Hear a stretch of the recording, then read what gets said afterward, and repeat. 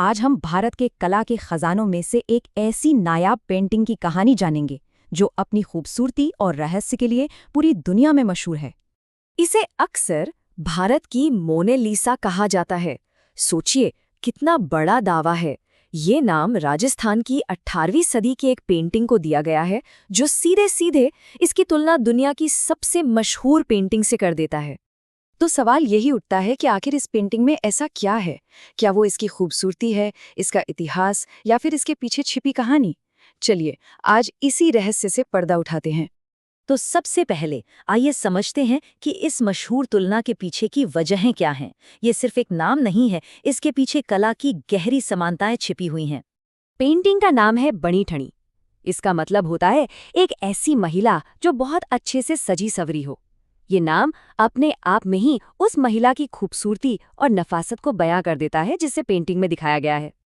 अच्छा, तो ये पेंटिंग किशनगढ़ शैली की है। ये राजस्थानी मिनिएचर पेंटिंग का एक बहुत ही खास स्टाइल है जो 18वीं सदी में अपने चरम पर था। ये स्टाइल अपनी अनोखी सुंदरता और आध्यात्मिक गहराई के लिए जाना जाता है। और अब देखिए कि समानताएं कितनी दिलचस्प हैं। दोनों ही पेंटिंग्स में एक रहस्यमयी, मन को मोह लेने वाली मुस्कान है। दोनों ही असलियत दिखाने के बजाय एक आदर्श खूबसूरती को दिखाती हैं, और दोनों में रंगों का इस्तेमाल कुछ ऐसा है जो उन्हें एक खास किस्म का रहस्यमयी एहसास देता है। ये वाकई कमाल है कि कैसे कला अलग अलग संस्कृतियों और सदियों के फासले को मिटा सकती है। कहते हैं ना, हर महान कला के पीछे एक महान कहानी होती है। तो चलिए अब इस पेंटिंग के पीछे की इंसानी कहानी को जानते हैं। इस कहानी के 3 मुख्य किरदार हैं। पहले हैं महाराजा सावंत सिंह, जो किशनगढ़ के राजा थे और कला के बड़े शौकीन थे। दूसरी हैं विष्णुप्रिया, एक गायिका और कवयित्री जिनकी खूबसूरती ने राजा का मन मोह लिया और वही बनी बणी ठणी की प्रेरणा। और तीसरे थे निहाल चंद, वो दरबारी चित्रकार जिन्होंने इस खूबसूरत कल्पना को कैनवास पर जिंदा कर दिया। लेकिन ये सिर्फ एक शाही तस्वीर नहीं है। ये पेंटिंग राजा और उनकी प्रेमिका के प्यार को राधा और कृष्ण के दिव्य प्रेम में बदल देती है। मतलब ये दुनियावी प्यार को भक्ति के सबसे ऊंचे दर्जे पर ले जाती है, जो राजपूत संस्कृति में एक बहुत ही गहरा आध्यात्मिक विचार है। किशनगढ़ शैली की कुछ खास बातें इस पेंटिंग में साफ नजर आती हैं। लंबी कमल की पंखुड़ियों जैसी आंखें, कमान की तरह झुकी हुई भौहें और एक नुकीली ठोड़ी। यही वो खासियतें हैं जो बणी ठणी को एक अलौकिक खूबसूरती देती हैं और इस स्टाइल की पहचान बन गई हैं।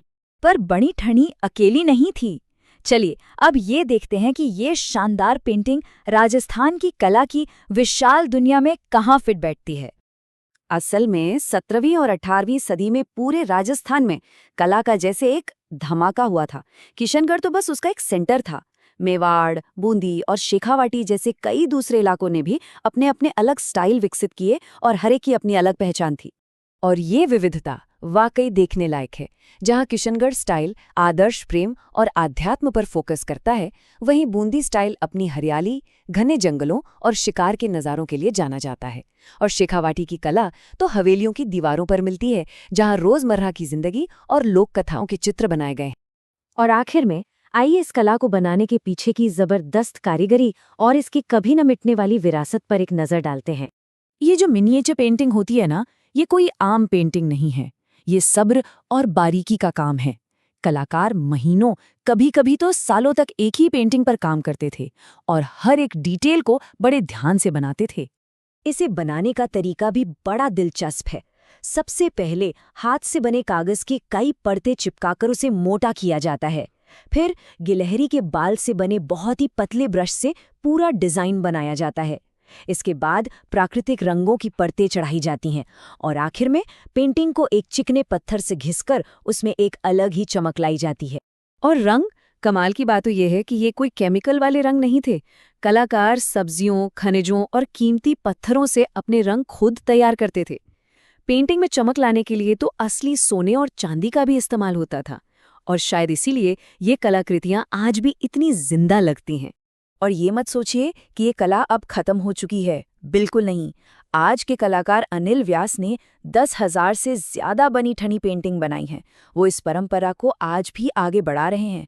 मतलब ये सिर्फ इतिहास नहीं है, ये एक जीती जागती कला है। बनी ठनी की अहमियत को सरकार ने भी माना। 1973 में भारत के डाक विभाग ने इस पर एक टिकट जारी किया और इस तरह ये पेंटिंग हमारे देश का एक राष्ट्रीय खजाना बन गई। बनी ठनी और इसके जैसी पेंटिंग सिर्फ तस्वीरें नहीं हैं, ये अपने दौर के इतिहास, प्यार और विश्वास की अमर कहानियां हैं। और ये हमें सोचने पर मजबूर करती हैं कि आज हम जो कला बना रहे हैं वो आने वाली पीढ़ियों को हमारी दुनिया के बारे में क्या कहानी सुनाएगी।